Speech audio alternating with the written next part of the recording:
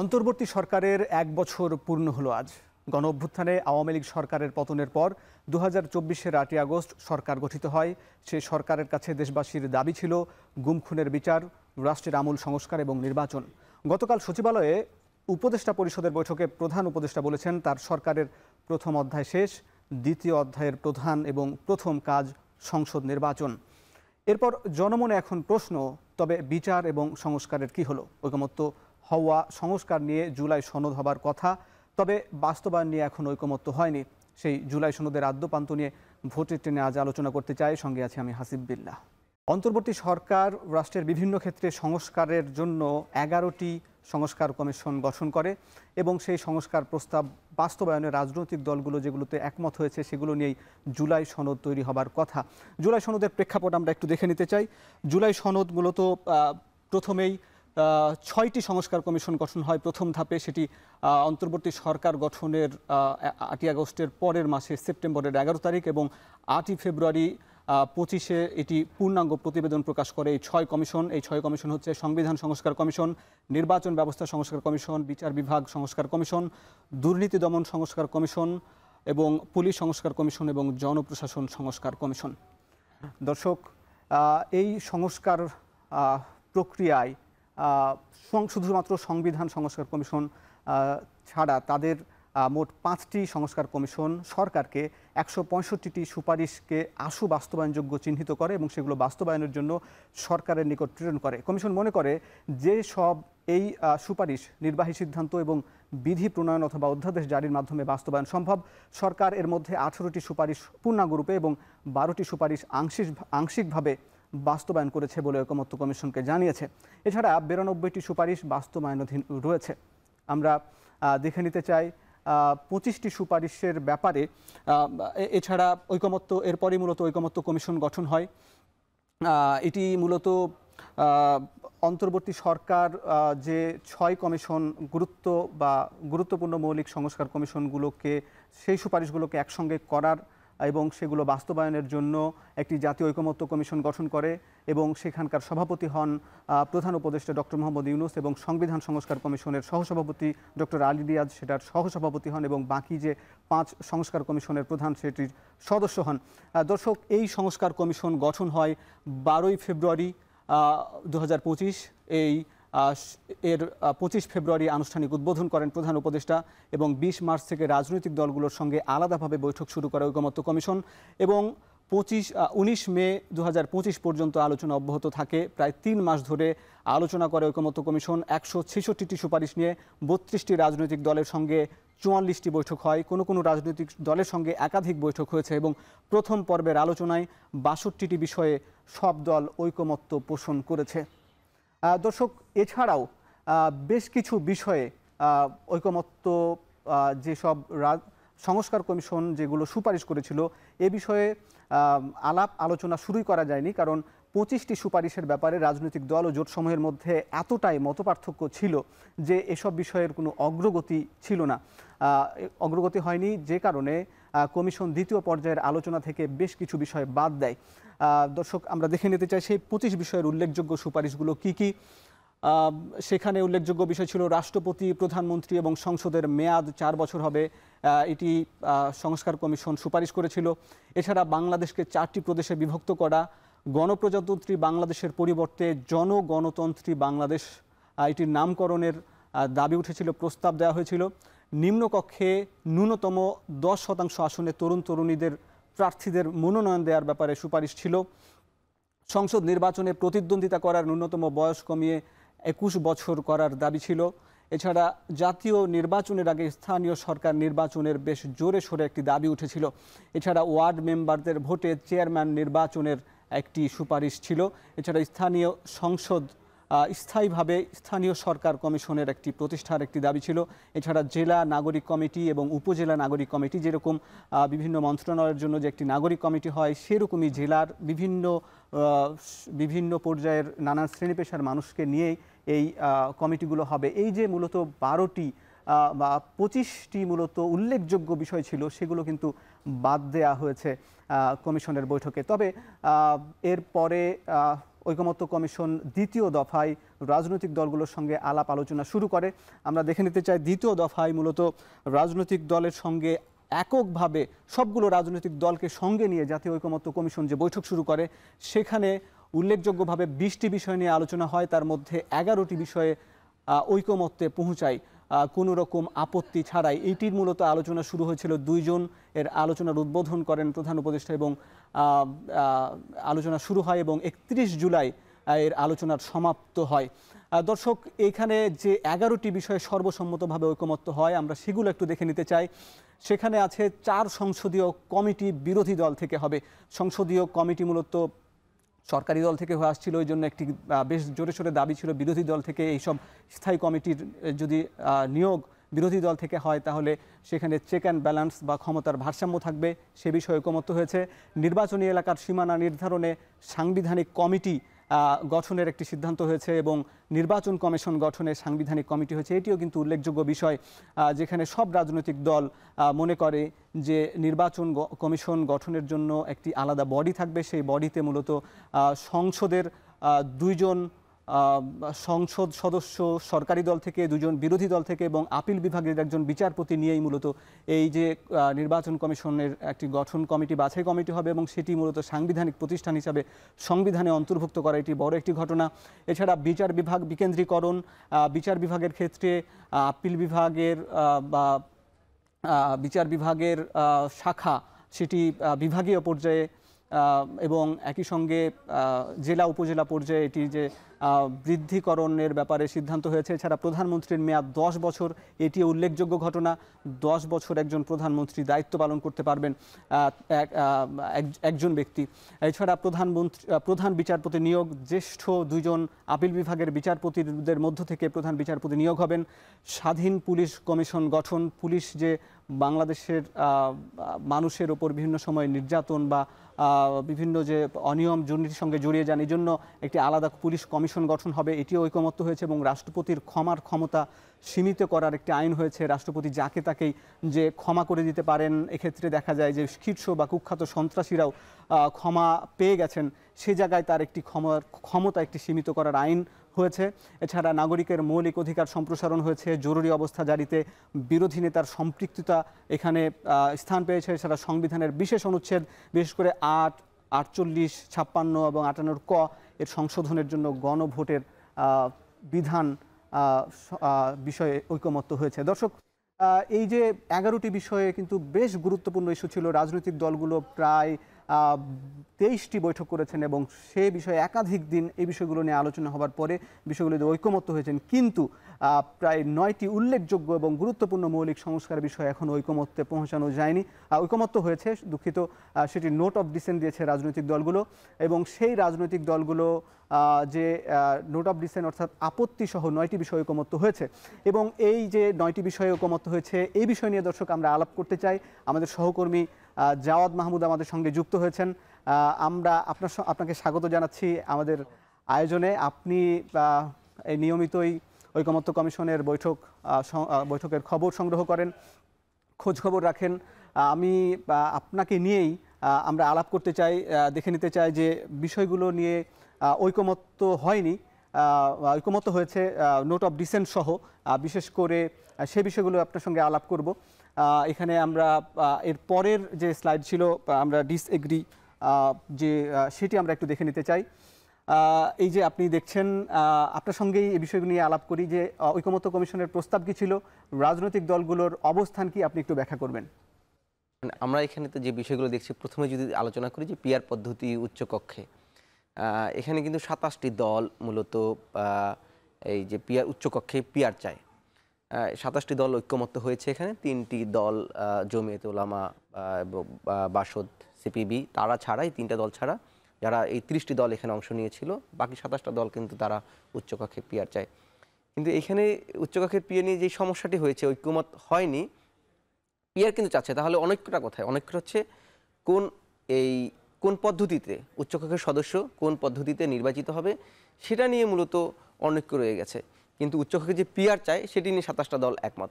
সেখানে মূল সমস্যা হচ্ছে বিএনপি মূলত যে এই প্রচলিত পদ্ধতিতে এখন যেভাবে নিম্নকক্ষ অর্থাৎ যদি 2টো হাউস হয় নিম্নকক্ষ, সেই নিম্নকক্ষে যেভাবে নির্বাচন হয় সেভাবেই তারা আসলে উচ্চকক্ষের সেই সংখ্যানুপাতের, অর্থাৎ নারীর এখন যেভাবে যে 50টি আসন আমাদের রয়েছে সংরক্ষিত, সেই নারীর আসন যেভাবে নির্বাচিত করা হয়, উচ্চকক্ষে তারা আসলে সেই ধরনের সেই পদ্ধতিটি উচ্চকক্ষে অর্থাৎ চাচ্ছে সংসদীয় আসনের ভিত্তিতে। সংসদীয় আসনের ভিত্তিতে। সেই জায়গাটিতে মূলত অনেক কোটি রয়ে গিয়েছে। এটা তো একটা বিষয় গেল পিআর পদ্ধতির উচ্চকক্ষে। এরপরে যেটি রয়েছে সাংবিধানিক 4টি প্রতিষ্ঠানের নিয়োগের বিধান, যেখানে আমরা দেখতে পাচ্ছি যে কর্ম কমিশন, দুদক, মহা হিসাব নিরীক্ষক ও নিয়ন্ত্রক, ন্যায়পাল, এই নিয়োগগুলো নিয়ে বিএনপির যেই দ্বিমত, এখানে মূলত যদি বড় স্টেক, পলিটিক্যাল স্টেক যদি কথা বলি বিএনপির কথা, বিএনপি এখানে তার দ্বিমত রয়েছে। জামাত, এনসিপি, ইসলামী আন্দোলন বা অন্য অধিকাংশ দলগুলি এখানে তাদের ঐক্যমত রয়েছে। বিএনপি আসলে এইখানে কিন্তু এই যে কর্ম কমিশনের যে নিয়োগ প্রক্রিয়াটা, দুদকে মহা হিসাব নিরীক্ষক, নিয়ন্ত্রক, ন্যায়পাল, এই নিয়োগ প্রক্রিয়া তারা এইখানে যে বলা হচ্ছে যে এই একটি সার্চ কমিটির কথা বলা হচ্ছে, যে একটি অনেকটা নির্বাচন কমিশনের যে নির্বাচন কমিশন, কিন্তু সেটা নিয়ে কিন্তু তাদের ঐক্যমত আছে। জি, রাষ্ট্রায়ত্তের এই সংবিধিবদ্ধ অনেকটা সেরকম প্রতিষ্ঠানগুলোর সেই নিয়োগ কমিটিগুলো কিন্তু এইগুলোতে তারা আসলে বলছে যে তারা যদি সরকার গঠন করে পরবর্তীতে, তারা হচ্ছে এটা তারা মানবে না। তারা কিন্তু এটা মানেন, নোট অফ ডিসেন্ট দিয়েছেন, আপত্তি জানিয়েছেন, কিন্তু তারা সাথে সাথে এটিও বলেছেন তারা যদি সরকার গঠন করতে পারে তাহলে তারা হচ্ছে এইটি বাস্তবায়ন করবে না, কিন্তু তারা আইনকে স্ট্রেনথেন করবে না, এই সংক্রান্ত যে আইনগুলো আছে আইনগুলোকে শক্তিশালী করবেন না, বিধান তারা পরিবর্তন করবেন, সেটি তারা বলছেন। কিন্তু এর পাশাপাশি তারা কিন্তু নির্বাচন কমিশনের যে এটা ছিল নিয়োগ পদ্ধতি, সেটা কিন্তু আবার বিএনপি মেনে নিয়েছে এই জায়গাটাতে এসে।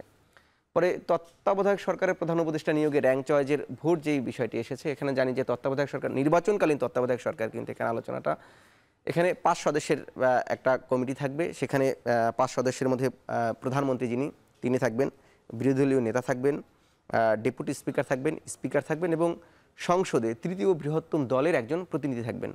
এই 5 সদস্যের প্রতিনিধির মধ্য দিয়ে মূলত কিন্তু প্রধান উপদেষ্টার যে নিয়োগ হবে নির্বাচনকালীন, তার নিয়োগটা হবে। কিন্তু এখানে যে সমস্যাটা দেখা দিয়েছে, তাদের পদ্ধতি তাহলে কিভাবে প্রধান উপদেষ্টা নিয়োগ হবেন, সেখানে বলা হয়েছে যে বিরোধী দল অর্থাৎ 5 জন সদস্যের নাম প্রস্তাবনা করবেন। নাম প্রস্তাবনার বিষয়টি এখানে এসেছে। সরকারি দলও 5 জন সদস্যের নাম প্রস্তাব করবেন এবং বিরোধী দল থেকে অর্থাৎ তৃতীয় বৃহত্তম যে দলটি আছে, তারা 2 জনের নাম প্রস্তাব করবেন। এই নাম প্রস্তাব করার পর এই যে 5 সদস্য বিশিষ্ট যে কমিটিটি রয়েছে, যারা এই প্রধান উপদেষ্টাকে মনোনয়ন করবেন, সেই 12 জন থেকে তারা তাদের যে একটি সর্বসম্মতিক্রমে একটা সিদ্ধান্ত তারা নেবেন যে এই 12 জনের মধ্য থেকে তারা কাকে নির্বাচিত করতে চান বা করতে পারেন। যদি সিদ্ধান্ত না হয়, না, আমি এখানে একটু বলে রাখি যে প্রথমে তো মূলত সরকারি দল এবং বিরোধী দল থেকে 10 জন নেওয়া হবে। এই 10 জন মূলত 5 জন সদস্যের কাছে যাবে এবং তারা যদি তখন সর্বসম্মতিক্রমে কোনো একজনকে নির্বাচিত করতে না পারে, তখন দ্বিতীয় দফায় তৃতীয় বৃহত্তম যে দল রয়েছে তার কাছে আবার 2টা নাম প্রস্তাব করা হবে।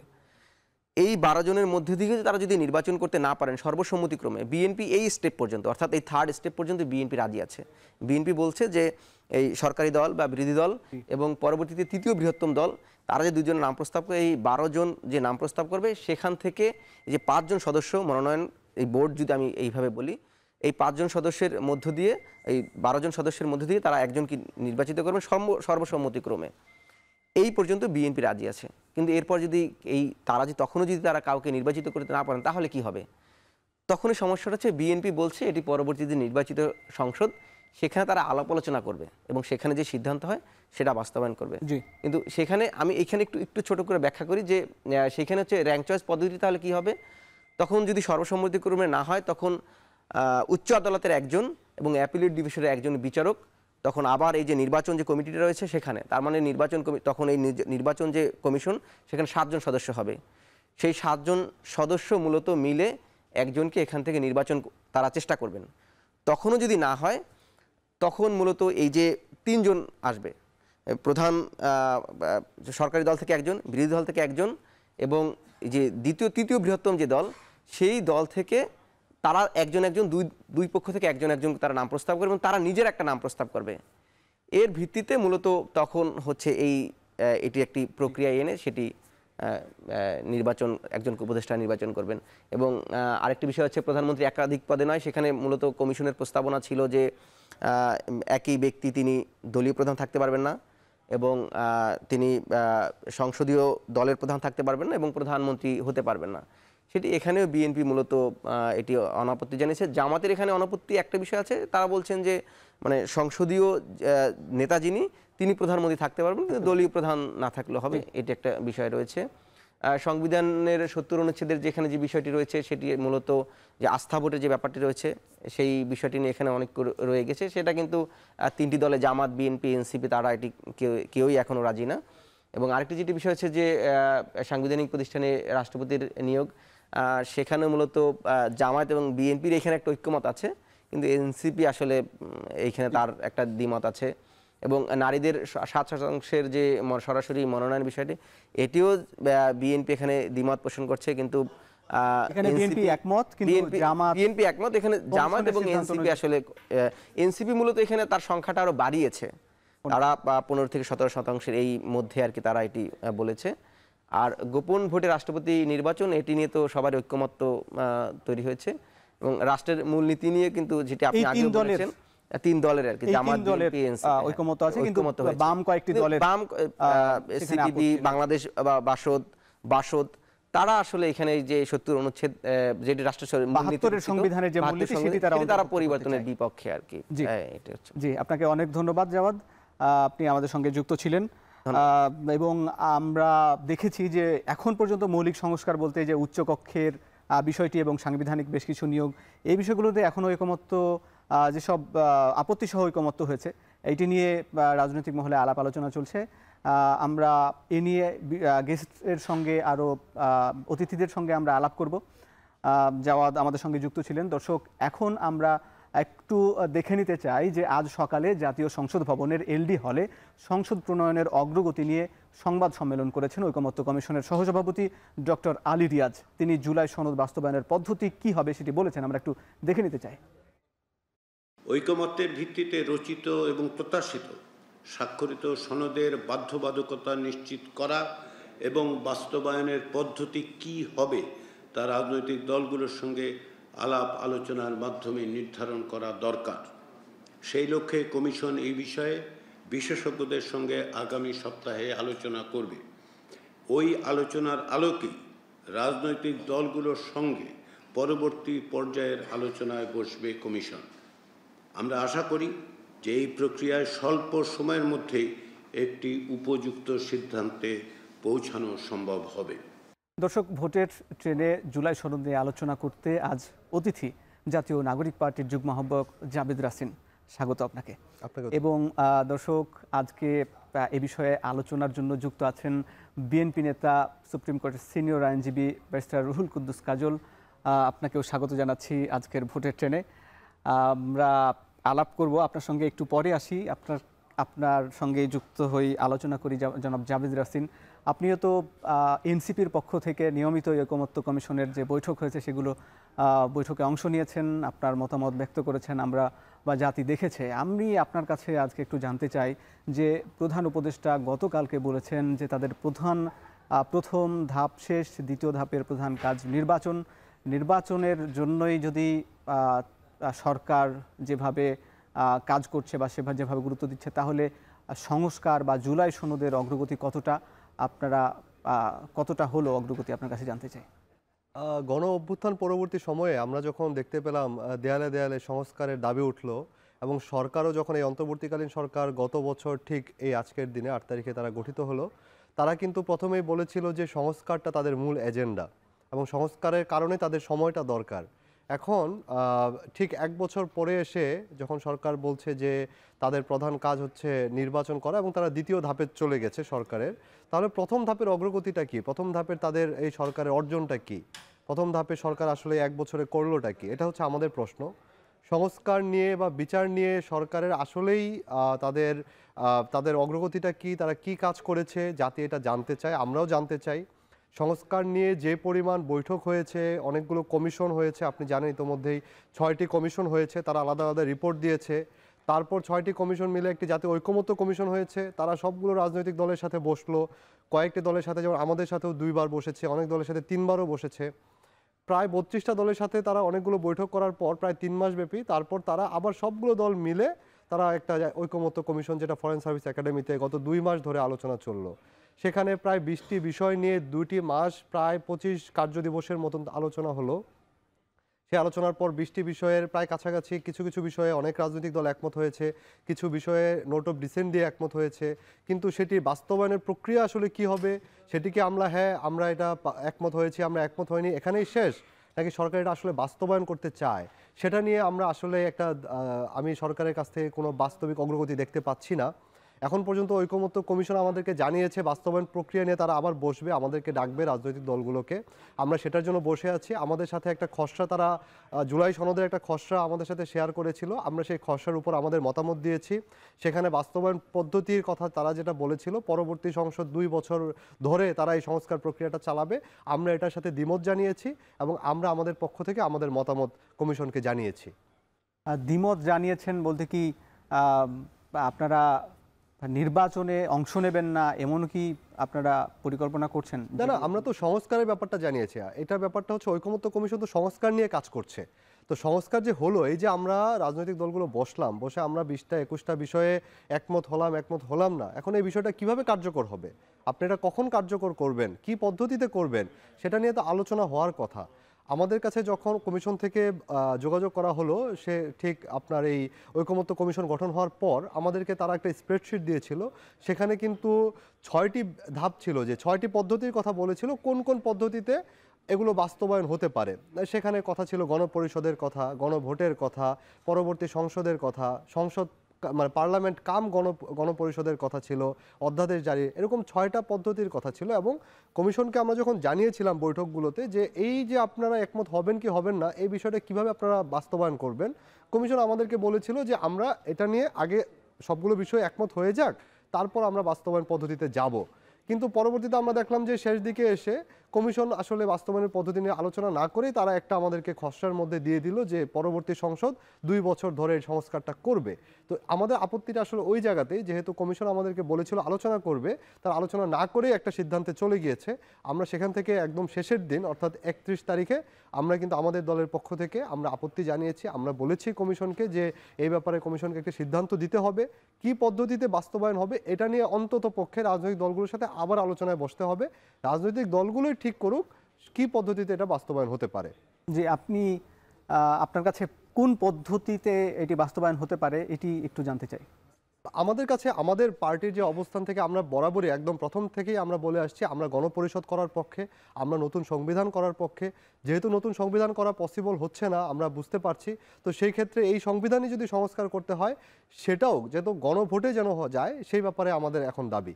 জি, আপনাদের দাবি আমরা স্পষ্ট, আপনারা এর আগেও বলেছেন। আমি একটু বিএনপি নেতার কাছে একটু জানতে চাই, জনাব রুহুল কুদ্দুস কাজল, আপনাদের বিএনপির অবস্থানটা কি, কোন প্রক্রিয়ায় এটি বাস্তবায়ন হতে পারে, আপনার দল কি ভাবছে? দেখুন, আমার মনে হয় যে ঐকমত্য কমিশনের কিংবা বিভিন্ন সময়ের সংস্কারের যে বিষয়, বাংলাদেশের সবচেয়ে বড় রাজনৈতিক দল হিসেবে বিএনপি সবচেয়ে দায়িত্বশীল ভূমিকা পালন করেছে। সরকারের পক্ষ থেকে বিভিন্ন কমিশন গঠনের পাশাপাশি বিএনপি কিন্তু তার অভ্যন্তরীণভাবেও প্রত্যেকটা বিষয়ের উপরে মতামত গ্রহণের জন্য এক্সপার্টদেরকে নিয়ে সংবিধান বলেন, বিচার বিভাগ বলেন, পুলিশ বলেন, প্রশাসন বলেন, বিভিন্ন ক্ষেত্রে কিন্তু নিজস্ব সংস্কার কমিটি গঠন করেছিল। এবং সেই সংস্কার কমিটিগুলোতে বিগত 2 বছরের আগে বিএনপি ঘোষিত যে 31 দফা এবং বিএনপির আগামী দিনে রাষ্ট্র পরিচালনার যে চিন্তা, তার একটা সম্মিলন ঘটিয়ে কিন্তু সরকার গঠিত যে কমিশন, সেই কমিশনের বৈঠকে অংশগ্রহণ করেছে, ঐকমত্য কমিশনের গঠন করেছে, বিএনপির সঙ্গে মতামত গ্রহণ করেছে। এবং আপনি খেয়াল করে দেখুন যে ঐকমত্য কমিশনে বিএনপিকে প্রতিনিধিত্ব করেছেন জনাব সালাউদ্দিন আহমেদ। আজকে পত্রিকায় প্রকাশিত একটি সংবাদ, তার বরাতে ছাপা হয়েছে, তিনি বলেছেন যে সমস্ত বিষয়গুলোর সঙ্গে সংসদ বাস্তবায়ন করার ক্ষেত্রে সংবিধান সংশোধনের প্রয়োজন হবে না, সেগুলো তো আমরা এখনই পর্যন্ত যদি করা হয়, ঐকমত্য হয়েছে, সেগুলোর ক্ষেত্রে বিএনপির কোনো অবস্থান নেই। বিএনপির যে মূল যে অবস্থান, সে অবস্থানটা ইতিমধ্যেই আমার মনে হয় প্রধান উপদেষ্টা গত 5ই আগস্ট যখন জুলাই ঘোষণাপত্র পাঠ করেছেন তার মধ্যে কিন্তু সুস্পষ্টভাবে উল্লেখ করেছেন। আপনি খেয়াল করে দেখবেন প্রধান উপদেষ্টা জুলাই ঘোষণাপত্রে সুস্পষ্টভাবে 23 নম্বর অনুচ্ছেদে বলেছেন যে এই ঘোষণাপত্র সংবিধানে সন্নিবেশ করা হবে এবং সংবিধানের 4র্থ তফসিলে এটিকে সংযুক্ত করা হবে। সেক্ষেত্রে আমি আইনজীবী হিসেবে, আইনের একজন চর্চাকারী হিসেবে বলতে পারি যে সেক্ষেত্রে সংবিধান সংশোধন ছাড়া আসলে এই জুলাই সনদ এবং জুলাই ঘোষণাপত্রের কিন্তু সাংবিধানিক স্বীকৃতি দেওয়া সম্ভব নয়। এনসিপির যে বন্ধু বলছেন যে আমরা আমাদের কথা বলেছি, আমাদের প্রতিবাদ করেছেন, এখানে দুইটা বিষয় আছে। দেখুন, বর্তমানে কিন্তু যে অন্তর্বর্তীকালীন সরকার সেটি পরিচালিত হচ্ছে কিন্তু সংবিধানের ধারাবাহিকতায়। সংবিধানের ধারাবাহিকতা বলতে কেউ যদি প্রশ্ন করেন এটি কি সম্পূর্ণভাবে সাংবিধানিক প্রক্রিয়ার মধ্যে আছে, আমি একজন আইনজীবী উত্তর দিতে হবে না। তবে হ্যাঁ, সংবিধানের স্পিরিটের সঙ্গে এই সরকার গঠিত হয়েছে এবং সেভাবে সরকার পরিচালিত হচ্ছে। কারণ আমাদের সংবিধানের, বিদ্যমান সংবিধানের মধ্যে কোনো প্রধানমন্ত্রী পালিয়ে গেলে, সমস্ত এমপিরা পালিয়ে গেলে, কাউকে খুঁজে না পাওয়া গেলে কিভাবে রাষ্ট্র পরিচালিত হবে তার কোনো বিধান কিন্তু ছিল না। এবং সেক্ষেত্রে রাষ্ট্রপতি সংবিধানের 106 অনুচ্ছেদ অনুযায়ী সুপ্রিম কোর্টের আপিল বিভাগের কাছে মতামত গ্রহণ করেছেন যে এরকম একটি পরিস্থিতি, যে পরিস্থিতিতে প্রধানমন্ত্রী পালিয়ে গেছেন, যে পরিস্থিতিতে সংসদ নেই, এই পরিস্থিতিতে দেশ পরিচালনা করার ক্ষেত্রে তিনি একটা অন্তর্বর্তীকালীন সরকার গঠন করতে পারবেন কিনা। সুপ্রিম কোর্টের আপিল বিভাগ সূচক মতামত দিয়েছেন যে হ্যাঁ, এমন একটা পরিস্থিতিতে একটি অন্তর্বর্তীকালীন সরকার গঠন করা যেতে পারে এবং সে কারণেই কিন্তু, সেই মতামতের ভিত্তিতেই কিন্তু ডক্টর মোহাম্মদ ইউনূসের নেতৃত্বাধীন বর্তমান অন্তর্বর্তীকালীন সরকার গঠিত হয়েছে। আরেকটি বিষয় খেয়াল করে দেখবেন যে এই অন্তর্বর্তীকালীন সরকারের সময় কিন্তু অনেকগুলো আইন পাশ করা হয়েছে, অনেকগুলো আইনের সংশোধনী হয়েছে। সেটাও কিন্তু বর্তমান বিদ্যমান সাংবিধানিক ধারার মধ্যে। রাষ্ট্রপতি যে অর্ডিন্যান্স জারি করেন সেটাও কিন্তু সংবিধান সম্মতভাবে। এবং আমাদের সংবিধানে বলা আছে যদি কোনো কারণে সংসদ না থাকে, সংসদ ভেঙে যায়, তাহলে রাষ্ট্রপতি অর্ডিন্যান্স জারি করার মাধ্যমে আইন প্রণয়ন করতে পারবেন। তো সুতরাং এই সরকারের যে সমস্ত সংস্কার, এমনকি আজকে সাবেক প্রধানমন্ত্রী শেখ হাসিনা সহ যাদের বিচার হচ্ছে আইসিটি ট্রাইব্যুনালে, সেই আইনটিও কিন্তু এই সরকার কিন্তু সংশোধন করেছে অর্ডিন্যান্সের মাধ্যমে, অধ্যাদেশের মাধ্যমে। বিচার মন্ত্রণালয়, আইন বিচার সংসদ বিষয়ক মন্ত্রণালয়ের যে সমস্ত সংস্কারগুলো হয়েছে, অনেকগুলো নতুন আইন হয়েছে বিচারক নিয়োগের ক্ষেত্রে। এবং আপনি জানেন মাগুরার আসিয়া ধর্ষণ এবং হত্যাকাণ্ডের পরে যে নারী এবং শিশু নির্যাতন আইন যে সংশোধন সেটি হয়েছে। তারপরে আপনার সিআরপিসি সংশোধন হয়েছে, এসসিপিসি সংশোধন হয়েছে, অনেকগুলো নতুন নতুন আইনের সংশোধন হয়েছে। সবগুলো কিন্তু আমাদের এই সাংবিধানিক কাঠামোর মধ্যে। সুতরাং আমাদের বর্তমান যে রাষ্ট্র পরিচালিত হচ্ছে সাংবিধানিক কাঠামোর মধ্যে, এটাকে বাস্তব ক্ষেত্রে অস্বীকার করার কোনো সুযোগ নেই। যদি সংবিধানকে আমরা মেনে চলি, তাহলে জুলাই সনদে যে সমস্ত বিষয়গুলো রাজনৈতিক ঐক্যমত্য হচ্ছে, আলটিমেটলি সাংবিধানিক স্বীকৃতি দিতে গেলে অবশ্যই সংবিধান সংশোধন করে সংবিধানের মধ্যে এগুলো সন্নিবেশ করতে হবে। এবং এই সন্নিবেশ করার জন্য যত দ্রুত সম্ভব জাতীয় সংসদ নির্বাচনের মাধ্যমে যে সংসদ গঠিত হবে, এবং আমি বিশ্বাস করি সেই সংসদে বর্তমানে বিগত ফ্যাসিবাদী আমলের নির্যাতন নিপীড়নের বিরুদ্ধে যারা আন্দোলন করেছে সম্মিলিতভাবে, তারাই পরবর্তী সরকার গঠন করবে এবং তারা সম্মিলিতভাবে এই যে জুলাই সনদে যেগুলো ঐক্যমত্য হয়েছে সেগুলো কিন্তু পর্যায়ক্রমে এগুলো সংশোধনের মধ্যে আসবে। বিএনপির পক্ষ থেকে সুস্পষ্টভাবে বলা হয়েছে যে সমস্ত বিষয়গুলোর মধ্যে কারো কোনো দ্বিমত নেই, সেগুলো কিন্তু সংবিধানে প্রথম দিকেই সংবিধান সংশোধন করা সংকট। কিছু কিছু বিষয় আছে যে সমস্ত ক্ষেত্রে আপনার অনেক চিন্তাভাবনার ব্যাপার আছে, ডেফার্ড হতে পারে, হয়তো কখনো ডিসেন্ট দিয়েছেন, সে সমস্তগুলো রাজনৈতিকভাবে আলোচনার মাধ্যমে, সংসদে আলোচনার মাধ্যমে, বিভিন্ন স্টেক হোল্ডারদের সঙ্গে আলোচনা করে পর্যায়ক্রমে সেটা সংশোধন এবং সংবিধানে সংযোজন করা যেতে পারে। জি, ঠিক আছে, এই বিষয়টা নিয়ে আপনার সঙ্গে আরো আলাপ করব, আপনি যুক্ত থাকুন। দর্শক, আমাদের ভোটের ট্রেনে একটি বিরতির সময় হচ্ছে, বিরতির পর ফিরছি, সঙ্গে থাকুন।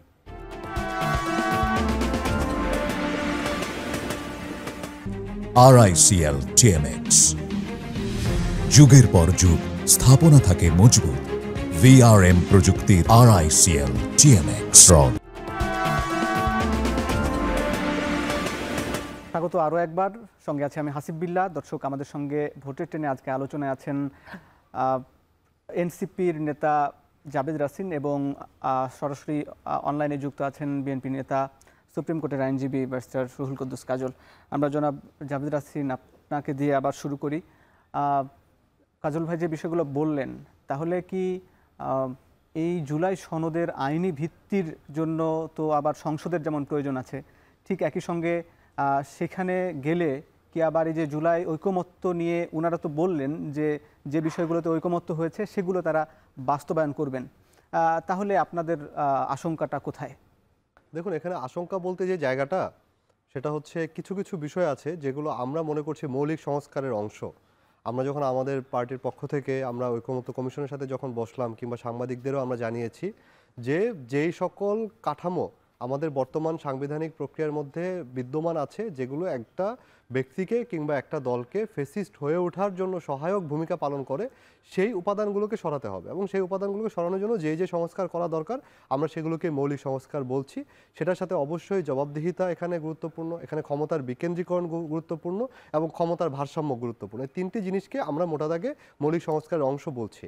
এখন মৌলিক সংস্কারের একটি মূল জায়গায় আছে কিন্তু সংবিধান সংশোধনের জায়গা, এবং সংবিধান সংশোধনের ওই প্রেক্ষাপট থেকে আমরা উচ্চকক্ষ গঠনের ব্যাপারে আমরা মতামত দিয়েছি, এবং সেখানে আমরা বলেছি উচ্চকক্ষটা পিআর বা যেটা আমরা বলি ভোটের পিআরে হতে হবে। এখন সেই ব্যাপারে মোটামুটি পুরো হাউস, শুধুমাত্র বিএনপি এবং তার সমমনা কিছু দল বাদে সব দলই একমত হয়েছে, কিন্তু বিএনপি এবং সমমনা দলগুলো তারা নোট অফ ডিসেন্ট দিয়েছে এখানে। এটা আমরা কিন্তু মৌলিক সংস্কারের অন্যতম বড় একটা অংশ মনে করি। ঠিক একই সাথে যদি আমরা দেখি আপনার নারী ভোটের কথা, আমরা 100 আসনে নারী প্রার্থীর কথা বলেছিলাম যারা সংসদে যেতে পারে, 100 জন নারী সংসদে যেতে পারে। তো সেখানেও কিন্তু আমরা সেই সম্ভাবনাটাকে ক্ষীণ হয়ে যেতে দেখেছি। সেখানে 50টা এখন যে আগের সিস্টেম রয়েছে সংরক্ষিত থাকবে। আমরা প্রস্তাব দিয়েছিলাম কমপক্ষে তাহলে যেন 15% দলগুলো নারী প্রতিনিধি এমপি নির্বাচনে নমিনেশন দিতে পারে, কিন্তু সেক্ষেত্রেও বিএনপি এবং ইসলামিক দলগুলোর পক্ষ থেকে আপত্তি রয়েছে। আপত্তির কারণে সেটা কমিশন কমিয়ে 7% নিয়ে আসলো। আমি একটু আগে আপনাদের যখন এখানে সিরিয়ালটা দেখছিলাম যে কোন কোন বিষয়ে কে কে একমত না, ওখানে ওই নারীর আসনে আপনারা যখন দেখালেন এনসিপি একমত না, আমরা কিন্তু একমত না পজিটিভ অর্থে একমত না, আমরা কিন্তু এটা বাড়াতে চেয়েছি। যেটা বিএনপি বলছে 5%, আমরা বলছি 15%, কমিশন ওটা 7% বলছে। আমরা সেই কারণে এটাতে দ্বিমত, আমরা সেটা যে এটা নেগেটিভ অর্থে দ্বিমত না। তো এরকম কিছু কিছু বিষয়, আরেকটি বড় একটা বিষয় আমাদের পক্ষ থেকে ছিল এনসিসির যে ধারণাটা ছিল প্রথম থেকে, যে ন্যাশনাল কনস্টিটিউশনাল কাউন্সিল, যেটা হচ্ছে আমাদের যে সাংবিধানিক এবং সংবিধিবদ্ধ প্রতিষ্ঠানগুলো রয়েছে, যেগুলো সৃষ্টি হয়েছে এক্সিকিউটিভকে চেক অ্যান্ড ব্যালেন্সের মধ্যে রাখার জন্য, এক্সিকিউটিভের কাজকে তদারকি করার জন্য। আমি উদাহরণস্বরূপ যদি বলি, দুদক, দুর্নীতি দমন কমিশন কিন্তু সৃষ্টি হয়েছে সরকারের কিংবা রাষ্ট্রের যারা কর্মকর্তা কর্মচারী আছেন, সরকারের যারা অংশ আছেন, এক্সিকিউটিভের যারা অংশ আছেন, তাদের কেউ যদি দুর্নীতিতে জড়িয়ে পড়েন, সেই দুর্নীতিটাকে দেখার জন্য, তার বিরুদ্ধে তদন্ত করার জন্য, ব্যবস্থা নেওয়ার জন্য কিন্তু দুর্নীতি দমন কমিশনের সৃষ্টি। ঠিক একইভাবে যদি আমরা দেখি মানবাধিকার কমিশন, তার সৃষ্টি হয়েছে কিন্তু এই যে আমাদের রাষ্ট্র দ্বারা, আমাদের এক্সিকিউটিভ দ্বারা, আমাদের পুলিশ প্রশাসন কিংবা যারা আইন শৃঙ্খলা রক্ষাকারী বাহিনী আছে তাদের দ্বারা মানবাধিকার লঙ্ঘিত হচ্ছে কিনা, বিচার বহির্ভূত হত্যাকাণ্ড হচ্ছে কিনা, গুম খুন এগুলো হচ্ছে কিনা, এটা তদারকি করার দায়িত্ব মানবাধিকার কমিশনের। ঠিক একইভাবে আমরা যদি নির্বাচন কমিশনকে দেখি, নির্বাচন কমিশনের কাজ হচ্ছে একটি সুষ্ঠু নিরপেক্ষ নির্বাচন আয়োজন করা। এখন এই পদগুলো সবসময় আমরা বিগত সময় দেখেছি রাষ্ট্রপতি এই পদগুলোর নিয়োগ দিয়ে থাকেন প্রধানমন্ত্রীর পরামর্শক্রমে, যা রাষ্ট্রপতির উপর বাইন্ডিং। তার মানে হচ্ছে প্রধানমন্ত্রী আসলে নিয়োগটা দেন। তো আমাদের আপত্তি ছিল এই জায়গাটায়, যেহেতু রাষ্ট্রের এই গুরুত্বপূর্ণ প্রতিষ্ঠানগুলো অর্থাৎ সাংবিধানিক এবং সংবিধিবদ্ধ প্রতিষ্ঠানগুলোর সৃষ্টি হয়েছে এক্সিকিউটিভকে চেক অ্যান্ড ব্যালেন্সের মধ্যে রাখার জন্য, যেটা আমি একটু আগে বললাম ক্ষমতার ভারসাম্য এবং জবাবদিহিতা রক্ষার জন্য, নিশ্চিত করার জন্য, সেটা যদি এক্সিকিউটিভে নিয়োগ দেন তখন আর ওই জবাবদিহিতার জায়গাটা থাকে না। তখন ওই এক্সিকিউটিভের আজ্ঞাবহে পরিণত হন, তাদের দল দাসে পরিণত হন। আমরা তার নজির কিন্তু বিগত 53 বছরে দেখেছি। সেখান থেকে আমাদের দাবি ছিল যে এই প্রতিষ্ঠানগুলোর নিয়োগ প্রক্রিয়া একটা নিরপেক্ষ বডির কাছে থাকুক, যেটা লেজিসলেটিভ, এক্সিকিউটিভ এবং জুডিশিয়ারি 3 বিভাগ থেকে লোক থাকবে, তারা মিলে একটা নিরপেক্ষ বডি করে তারা নিয়োগগুলো দিবেন। কিন্তু সেই ক্ষেত্রে বিএনপির পক্ষ থেকে প্রথমে এনসিসির ব্যাপারে আপত্তি ছিল। তাদের আপত্তির কারণে আমাদের দলের পক্ষ থেকে যখন প্রস্তাব দেওয়া হলো, ঠিক আছে এনসিসি নামের পরিবর্তে আমরা একটা নিয়োগ সাংবিধানিক এবং সংবিধিবদ্ধ প্রতিষ্ঠানের নিয়োগ কমিটি এই নাম দেওয়া যায় কিনা, কমিশন পরবর্তীতে এই নামও নিয়ে আসলো। বিএনপি সেখানেও তারা আপত্তি জানালো। আপত্তি জানানোর পর কমিশন পুরো এই কমিটি এবং এনসিসির ধারণাটা ভেঙে দিয়ে তারা তখন কতগুলো আলাদা আলাদা কমিশনগুলো নিয়ে আসতেন আলাদাভাবে, নির্বাচন কমিশন, মানবাধিকার কমিশন, দুদক, ন্যায়পাল। এখানে আমরা দেখেছি যে গুরুত্বপূর্ণ যে ইস্যু নির্বাচন কমিশনের ব্যাপারে বিএনপি কিন্তু একমত হয়েছে। তারা আবার বলছে যে এখানে বাকিগুলোর সাথে নির্বাহী বিভাগের ক্ষমতা কমিয়ে দিলে তারা আবার সরকার পরিচালনা করবে কিভাবে। এগুলো তো আচ্ছা, এই প্রশ্নের জবাবটা আমি দিচ্ছি। এই সাংবিধানিক প্রতিষ্ঠানগুলো তো এক্সিকিউটিভের পার্ট না, এক্সিকিউটিভের ক্ষমতা না সেটা নিয়োগ দেয়া, সেটা সৃষ্টি হয়েছে এক্সিকিউটিভকে চেক অ্যান্ড ব্যালেন্সের মধ্যে রাখার জন্য। সো এটা যদি কেউ বলে যে এক্সিকিউটিভের ক্ষমতা কমিয়ে দিচ্ছে, তাদের মূল উদ্দেশ্যই হচ্ছে এক্সিকিউটিভকে দ্বারা এই প্রতিষ্ঠানগুলো নিয়ন্ত্রণ করা এবং তাদের মতো করে এটা ব্যবহার করা। নিশ্চয়ই আপনার মন্তব্য আমরা শুনলাম। আমরা ব্যারিস্টার রুহুল কুদ্দুস কাজলের কাছে যাব, যে উনি জাবেদ রাসিন বললেন যে যারা মানে বিএনপির উদ্দেশ্য হচ্ছে এগুলোকে অপব্যবহার করা, আসলে কি এমন কোনো উদ্দেশ্য আছে কি না? এবং আসলে একই সঙ্গে তিনি যেটি বলছেন যে পরবর্তীতে আবার এই যে জুলাই সনদের আইনি ভিত্তি না হলে সেটি আবার আশঙ্কা থাকে, এই বিষয়গুলো একটু ব্যাখ্যা করবেন। দেখুন, আসলে আমার যে এনসিপি যে বন্ধু উনি বললেন, ওনার আশঙ্কা এবং সংশয়টা দেখে আমার কাছে খুবই হাস্যকর মনে হয়েছে। এই কারণে যে আসলে সবাই বিএনপির দিকে কেন তীর খুঁড়ে জানেন? কারণ মানুষ মনে করে, কিংবা ওনারা হয়তো বিশ্বাস করেন যে অতি নিকটে বাংলাদেশে যে নির্বাচন হবে সেই নির্বাচনে বিএনপি সরকার গঠন করবে। হয়তো তাদের মধ্যে এমনটি আশঙ্কা আছে যে বিএনপি হয়তো এককভাবে সংখ্যাগরিষ্ঠ সংসদে আসন পেয়ে সরকার গঠন করবে। সুতরাং সমস্ত চাপ, যা কিছু প্রতিক্রিয়া, ক্রিয়া প্রতিক্রিয়া সবই বিএনপি কেন্দ্রিক। এটা খারাপ কিছু আমি বলি না, কিন্তু উনি বিএনপি সম্পর্কে যে সংশয়টা প্রকাশ করলেন সেই সম্পর্কে ওনাকে এতটুকু মর্মে আশ্বস্ত করতে চাই যে ঐক্যমত্য কমিশনের পক্ষ থেকে আমি নিজেও সেখানে বিএনপির প্রতিনিধি হিসেবে অংশগ্রহণ করেছি। বিএনপির মতো এত ইনডেপথ পর্যালোচনা যে কোনো বিষয় বাস্তবায়নের ক্ষেত্রে সুবিধা এবং অসুবিধা, আমার মনে হয় এত স্টাডি আমার অন্য কোনো রাজনৈতিক দলের বন্ধুরা করেছেন বলে আমার সন্দেহ।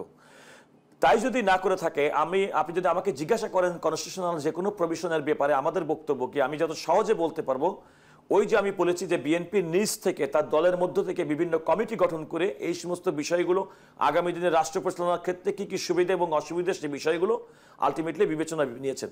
ওনাদের যে আশঙ্কা, আপনি যদি কোনো কারণে আপনি যদি একজনকে করতে বাধ্য করতে চান তাহলে আপনার টোন হবে একরকম, আর আপনি যদি মনে করেন যে কাজটা আমার নিজে করতে হবে তাহলে কিন্তু আপনার দায়িত্বশীলতার আপনার জায়গাটা অনেক বেশি বেড়ে যায়। আমি মনে করি বিএনপি যে সমস্ত ক্ষেত্রে দ্বিমত না, বিএনপি যে ক্ষেত্রে মনে করে যে আরো পর্যালোচনা করার প্রয়োজন আছে সেইগুলোকে ওনারা দ্বিমত হিসেবে বলে। দেখুন, প্রেসিডেন্ট এবং রাষ্ট্রপতি এবং প্রধানমন্ত্রীর ক্ষমতার ভারসাম্য, এটা তো বিএনপির এজেন্ডা। প্রধানমন্ত্রীর মেয়াদ, দলীয় প্রধান, এগুলো তো সমস্ত রাজনৈতিক দলের অনেক সময় ঐক্যমত্য হয়েছে। সংসদের নারী আসনের বৃদ্ধি, নারীদেরকে এম্পাওয়ার করা, এগুলো তো বিএনপি একমত হয়েছে। এবং এই ধরেন আমি একটা কথা বলে থাকি, আমার যে বন্ধু বললাম, যদি আজকে রাষ্ট্র সংস্কারের কোনো কমিটি গঠন না হতো, যদি কোনো কারণে ঐক্যমত্য কমিশন না হতো, বিএনপি তো নিজেই 31 দফার মাধ্যমে আগামী দিনে রাষ্ট্র পরিচালনার সুযোগ পাইলে এই সংস্কারগুলো করবে, সেটা তাদের কমিটমেন্ট, মানুষের সঙ্গে কমিটমেন্ট। সুতরাং বিএনপি বাস্তব ক্ষেত্রে যেগুলো বিষয়গুলো করা সম্ভব এবং যেগুলো করা পসিবল একটা রাষ্ট্রের পক্ষ থেকে, সেইগুলো ব্যাপারে সঙ্গে সঙ্গে একমত হয়েছে। আমি মনে করি বিএনপি এই জায়গাটা অত্যন্ত দায়িত্বশীলতার পরিচয় দিয়েছে, যে কোনো সস্তা জনপ্রিয়তা পাওয়ার জন্য সস্তা কথা বলে নাই, যেটা বাস্তবায়নযোগ্য সেটুকু ব্যাপারেই বলেছে এটা বাস্তবায়নযোগ্য। যেমন আমি একটা কথা বলি, এই সংবিধানের, আমার যে বন্ধু বললেন, সংবিধানের যে কোনো পৃথিবীর লিখিত সংবিধানের সংবিধান সংশোধন করতে গেলে 2/3 সদস্য লাগবে। আমার মনে ব্যাপারে কারো কোনো দ্বিমত নেই। তাহলে 2/3 সদস্য যখন সংসদে গঠিত হবে এবং তারা যখন ঐক্যমত করবেন তখনই তো এটা করবেন। এবং বিএনপি যতটুকু উদ্দেশ্য আমি বুঝতে পেরেছি যে এই ফ্যাসিবাদ বিরোধী আন্দোলনের সমস্ত শক্তি যারা সংসদে প্রতিনিধিত্ব করবেন তাদের সবাইকে সম্মিলিতভাবে এই কাজটি করবেন। এর অনেক ডিবেটের প্রশ্ন আছে, সময় এবং পরিস্থিতিতে অনেক কিছু করতে। আপনি এরকম একটা অন্তর্বর্তীকালীন সরকারের সময় বিভিন্ন কমিটির রিপোর্টের উপর ভিত্তি করে ঐক্যমতের ভিত্তিতে সবকিছু রাতারাতি ঐক্যমত হিসেবে মনে করার কোনো কারণ নেই। তাহলে তো প্রত্যেকটা রাজনৈতিক দলের সঙ্গে একটা রাজনৈতিক দলের কোনো পার্থক্য থাকতো না। এই চিন্তা এবং এই পার্সপেক্টিভের পার্থক্য থাকাটা তো গণতন্ত্রের সৌন্দর্য। এবং আমি মনে করি যে বিএনপি যে সমস্ত বিষয়ে এখন একমত হয়নি, আরো পর্যালোচনার কথা বলেছে, সেগুলো তো সময়ের পরিপ্রেক্ষিতে পরিস্থিতি হবে। যেমন আগামী সংসদ যেভাবে গঠিত হবে সেই সংসদে কি কম্পোজিশনের উপর তো নির্ভর করতে পারে যে কোনগুলো গঠন হবে কিংবা না হবে। আমার যে সমস্ত রাজনৈতিক বন্ধুরা আছে, রাজনৈতিক সরকার যদি ওনারা গঠন করে সেক্ষেত্রে বিএনপি যেগুলোকে একমত ওনারা একমত নাও পোষণ করতে পারে। সুতরাং বিএনপি অত্যন্ত দায়িত্বশীলতার জায়গা থেকে যেগুলো সবার কাছে গ্রহণযোগ্য সেগুলো অতি দ্রুত সংসদ গঠিত হওয়ার পরপরই সেগুলো বাস্তবায়নের পক্ষে বিএনপি মতামত প্রকাশ করেছে। এবং আমি মনে করি সেক্ষেত্রে মতামত প্রকাশ নিশ্চয়ই গণতন্ত্রের সৌন্দর্য। আমরা আরো আলাপ করব আপনার সঙ্গে। দর্শক, ভোটের ট্রেনে বিরতির আরো একটা সময় হলো, ফিরছে একটু পরে।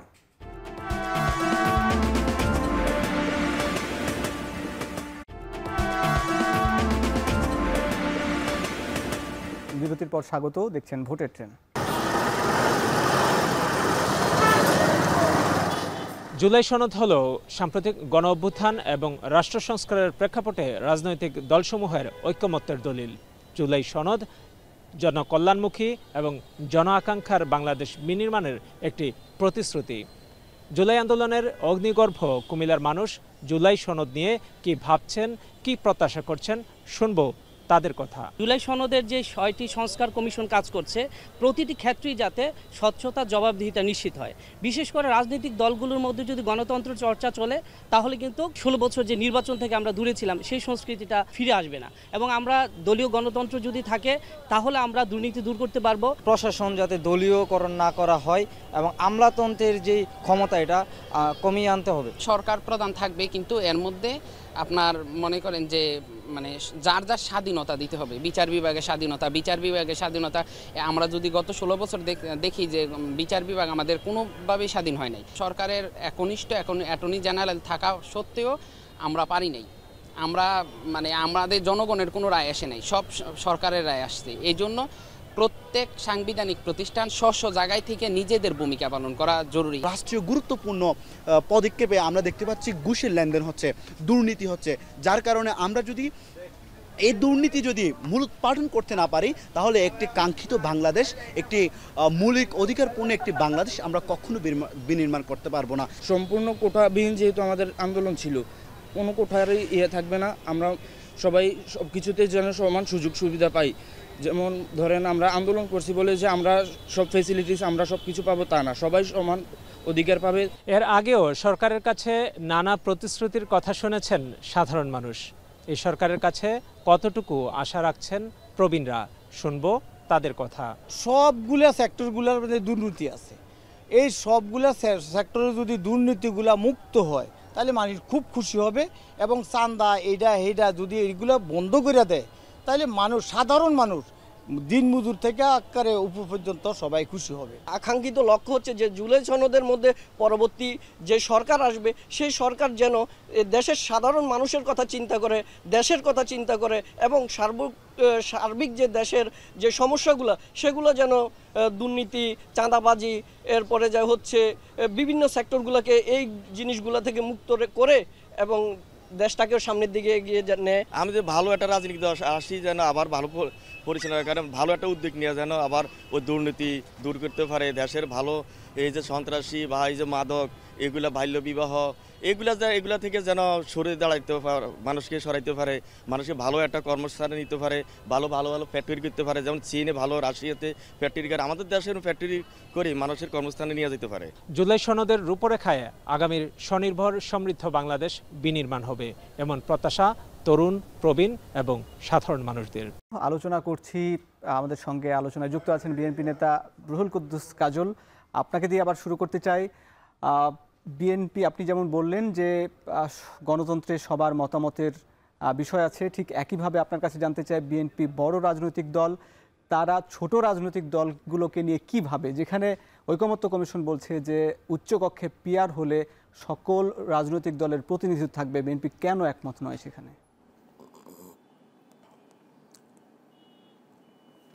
দেখুন, বিএনপি আমার মনে হয় রাজনৈতিক দল হিসেবে অন্যান্য রাজনৈতিক দলকে ছোট কিংবা বড় এমনটি বিবেচনা করে না। বিএনপি সমস্ত রাজনৈতিক দলকে, রাজনৈতিক শক্তিকে একইভাবে মূল্যায়ন করে। কারণ এতদিন পর্যন্ত এই আলোচনা হয়ে যাচ্ছে, বাস্তব অর্থে যদি ওই বিবেচনা করি, তাহলে তো বিএনপি অবশ্যই রাজনৈতিক বড় দল।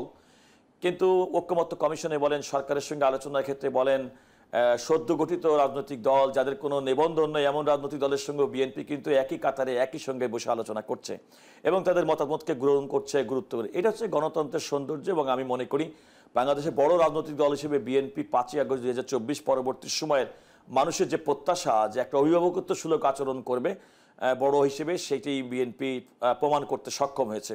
এখানে পিআর পদ্ধতি মূল যে বিষয়ে আমাদের এনসিপির যে বন্ধুটা বললেন, উচ্চ কক্ষ বিষয়ে পিআর পদ্ধতি। দেখুন, উচ্চকক্ষের বিষয়টি কিন্তু বাংলাদেশের মানুষের কাছে একেবারে অপরিচিত। বাংলাদেশে কিন্তু কখনো এমনটি হয়নি। বাংলাদেশের সংবিধান শুধুমাত্র জাতীয় সংসদ কর্তৃক গঠিত। ইন্ডিয়া, ইউএসএ, এমনকি যুক্তরাজ্য, সে সমস্ত দেশের ফরমেশন কিন্তু যেরকম ফরমেশন আমরা চিন্তা করছি, এরকম ফরমেশন, একই রকম ফরমেশন। আপনার বিষয়টি স্পষ্ট আমরা বুঝেছি যে বাংলাদেশের মতন এখনো মানুষ পরিচিত নয় বিষয়টি নিয়ে। আপনার কাছে জানতে চাই ভাই, যে বিষয়টি বললেন যে বিএনপি আসলে সবার সঙ্গে মিলে মানে ঐকমত্য কমিশনকে গুরুত্ব দিয়ে সব রাজনৈতিক দলের সঙ্গে বসে যেসব বিষয়ে ঐকমত্য হয়েছে, কিন্তু পিআর বিষয়ে তাদের এই অবস্থানে কি বলবেন? আমরা কিন্তু বারবারই পিআরের পক্ষে, উচ্চকক্ষে পিআরের ক্ষেত্রে আমাদের যে অবস্থানটা সেটা হচ্ছে আমরা কিন্তু নিম্নকক্ষের ব্যাপারে আমরা বলছি একটা স্থিতিশীল শক্তিশালী সরকার আমরাও চাই। বাংলাদেশের যে জিওপলিটিক্যাল যে অবস্থান আছে এবং বর্তমান যে সময়টা, সেই সময়ে নিম্নকক্ষে পিআরের জায়গায় যাওয়ার এখনও হয়তো ওই সুযোগটা আসেনি, সময়টা আসেনি। সেক্ষেত্রে আমরা বলছি নিম্নকক্ষ যেভাবে আছে সেভাবেই থাকুক, কিন্তু 33, 34, 35% ভোট পেয়ে 2/3 সংখ্যাগরিষ্ঠতা পেয়ে যখন একজন তার নিজের ইচ্ছা মতন সংবিধান সংশোধন করে ফেলে, সেই জায়গাটায় আমাদের আপত্তি আছে। আমরা তখন মনে করি যে এখানে কিন্তু একটা বিশাল জনগোষ্ঠীর মতামত কিন্তু সেখানে প্রতিফলিত হয় না। যেমন সেটা আমরা কিন্তু 2001-এও দেখেছি, বিএনপি 32.5% ভোট পেয়ে তারা কিন্তু একটা সংবিধান সংশোধন করে ফেলেছিল, চতুর্দশ সংশোধনী, এবং যার পরিপ্রেক্ষিতেই কিন্তু 111 এবং লগি বৈঠার তাণ্ডব, এই দায়ও কিন্তু বিএনপি এড়াতে পারে না। তো আমরা এই দুটার মাঝামাঝি জায়গায় ব্যালেন্সের ক্ষেত্রে আমরা বলছি নিম্নকক্ষ এফপিটিপি যেটা বর্তমান সিস্টেম আছে সেখানে থাকতে পারে, কিন্তু উচ্চকক্ষ পিআর পদ্ধতিতে হলে এই যে যথেচ্ছা কিংবা একটা যেন তেনভাবে সংবিধান সংশোধন করে ফেলতে পারে, এইটা যেন একটু নিয়ন্ত্রিত করা যায়, সেই জন্যই আমাদের উচ্চকক্ষে পিআরের প্রস্তাবনা। জি, আপনাকে অনেক ধন্যবাদ। দর্শক, এতক্ষণ আপনারা ভোটের ট্রেন্ড দেখলেন এবং সেখানে জুলাই সনদ নিয়ে যে জটিলতাগুলো আছে, নিশ্চয় আমরা আশা করি এই সনদের জটিলতাগুলো কেটে যাবে, রাজনৈতিক দলগুলো স্বাক্ষর করবে এবং একটি সুষ্ঠু এবং গ্রহণযোগ্য একটি নির্বাচনের দিকে দেশ এগিয়ে যাবে। এই প্রত্যাশায় বিদায় নিচ্ছি আজকের ভোটের ট্রেন্ড থেকে। দেখা হবে আগামী পর্বে।